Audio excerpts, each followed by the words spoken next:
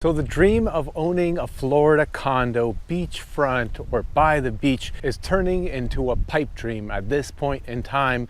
It is getting attacked on every single front that you can think of, whether it's Mother Nature, who we can't control, to the Fed, who maybe we can control, or even just the insurance pricing and all the insurance companies out there. Sellers are competing, they're fighting just to get that one sale out there. And you know what? Some people are buying, but a lot more people are trying to sell. And they're suffering because the inevitable answer are price reductions. Can you afford a condo in Florida, especially one that is beachfront? Let's talk about a few factors that you may not be considering. My name is Maciek Zaremba. I'm a real estate agent in Sarasota, Florida, and right now I am at Nathan Benderson Park. Right behind me is where all the rowing competitions happen. So if you're ever in the area, know that we have some of the best rowing in the area. In fact, I was a rower when I was on the high school team. It was the best transformative event of my entire high school career.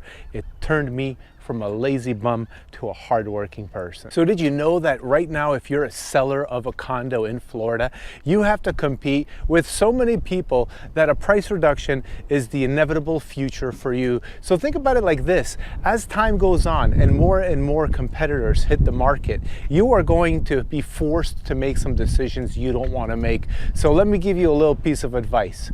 Do it now.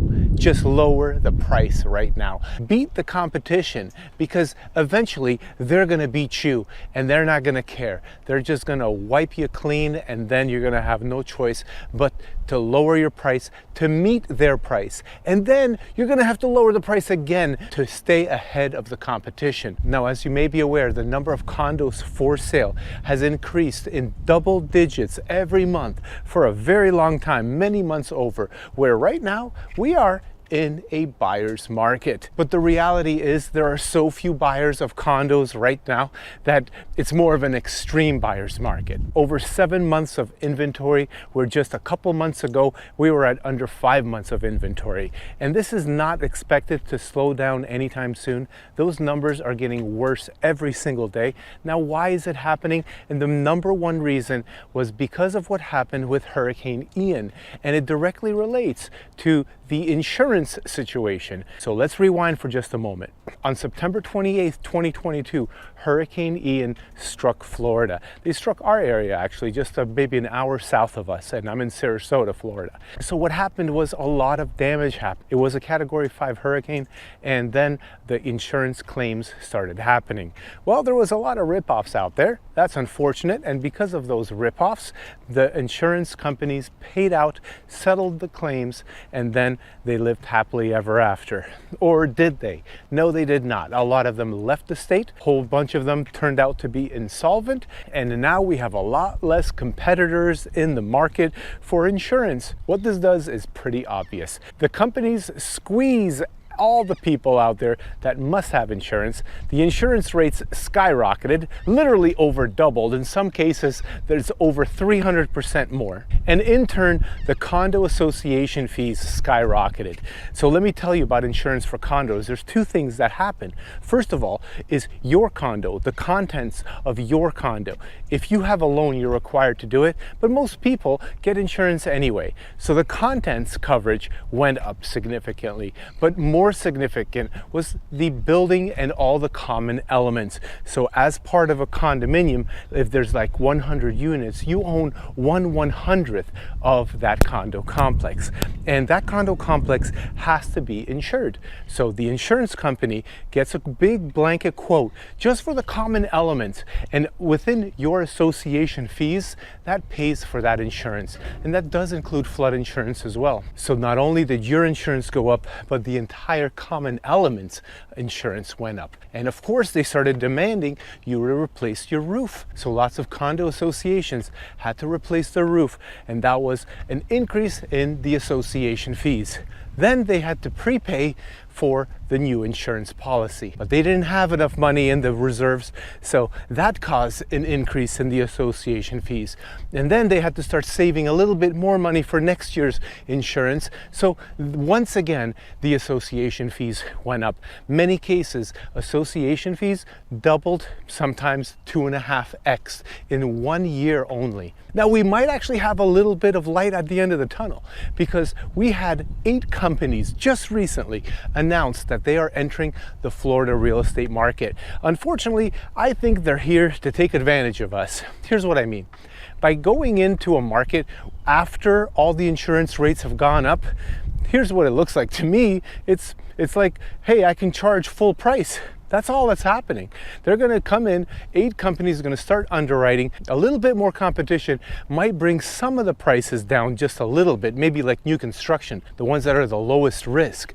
However, for old condos, especially the beachfront condos that have a very high risk and liability, those ones are probably just going to stay high. So these companies are coming into the market, and I'm afraid they're just here to drain the Florida homeowner or the second homeowner in Florida. So they're coming in while all the prices are already sky high.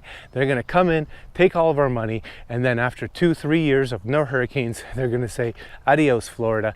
Thank you, but we're not interested in being here anymore, and then we're out of luck again.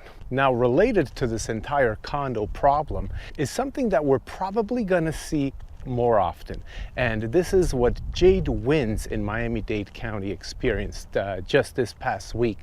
All the owners and residents were served with a notice that their buildings, some of their buildings, have been deemed unsafe, and the main cause for what they're saying was unsafe was exposed rebar and cracking foundations and cracking structural items. But how did they find out about all this? Well, the main change that happened after the Surfside collapse in 2021 was a big law change where every single building that is over 30 years old needs to go through a certification process, making sure that it's deemed safe. Well, what happened was we had 2 years to get every single condo building approved and gone through a milestone inspection, which is basically a structural inspection. And Jade Winds apparently failed that inspection. And I think we're going to start seeing a lot more of these failings, because this was built in the 60s and in the 70s. So it's obviously an old building, and that doesn't mean that it was built to withstand all the damage that the hurricanes and the people and just weathering has taken upon these buildings.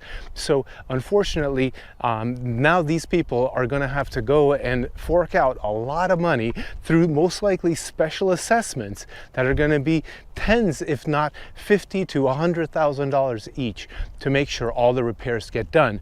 Now, there is good news, is they didn't get ordered to evacuate, which is very important, because I know of a building here in Sarasota that even before the Champlain collapse, long before, maybe about 10-15 years ago, there was a structural inspection done there, and it ended up being shut down completely.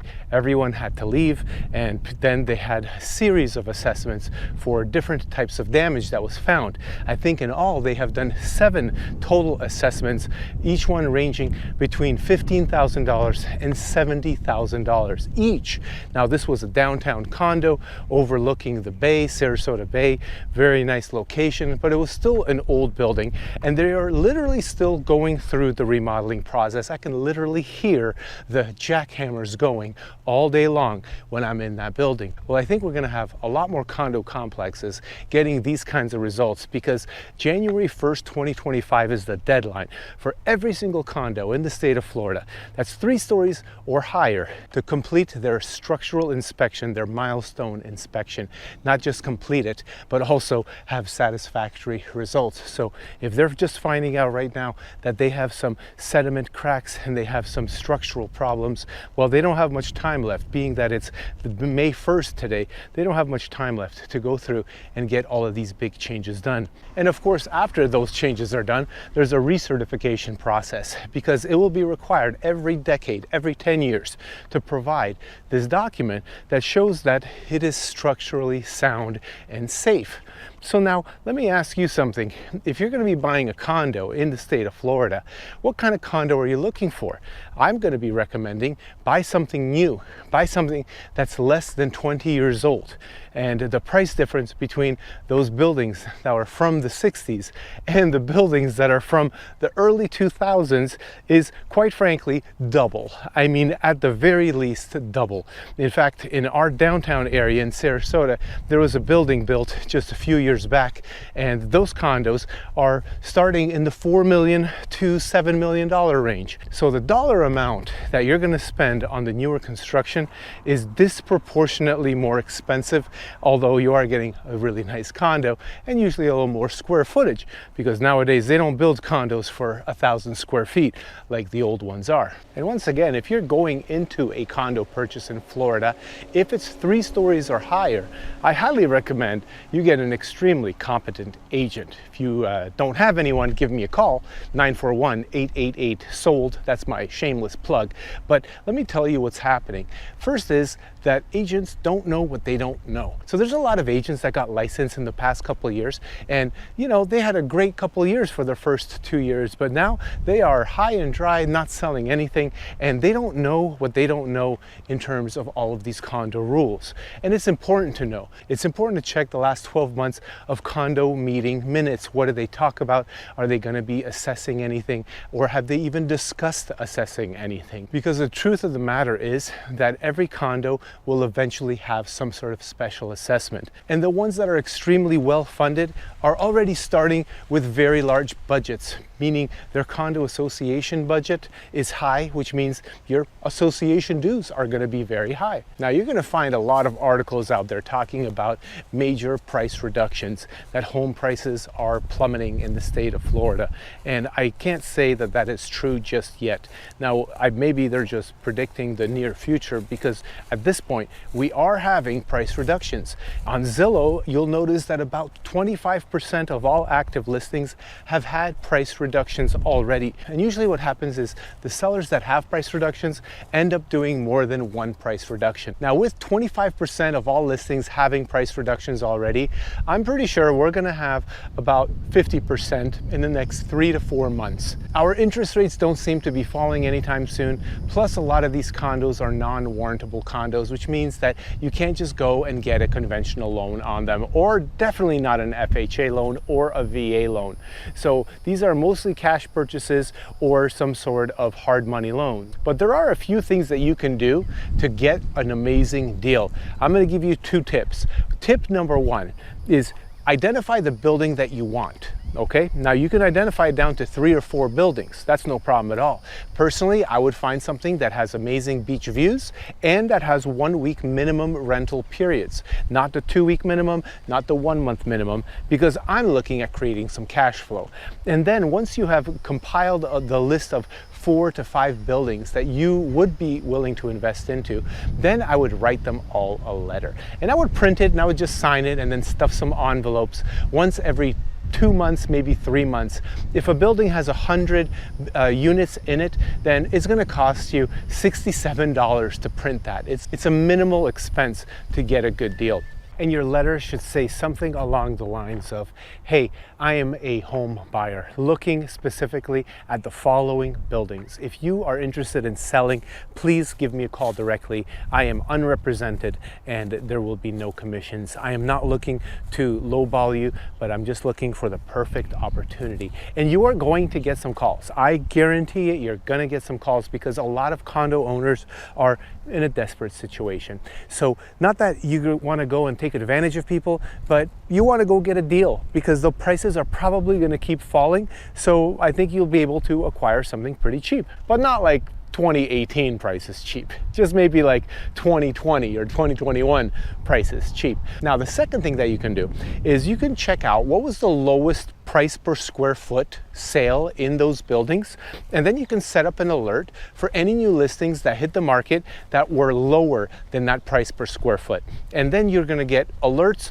basically showing you the best lowest priced condos per square footage in those buildings that you like. Now, I know your agent isn't going to do that, but I will do that for you. Give me a call, 941-888-SOLD. My name is Maciek Zaremba.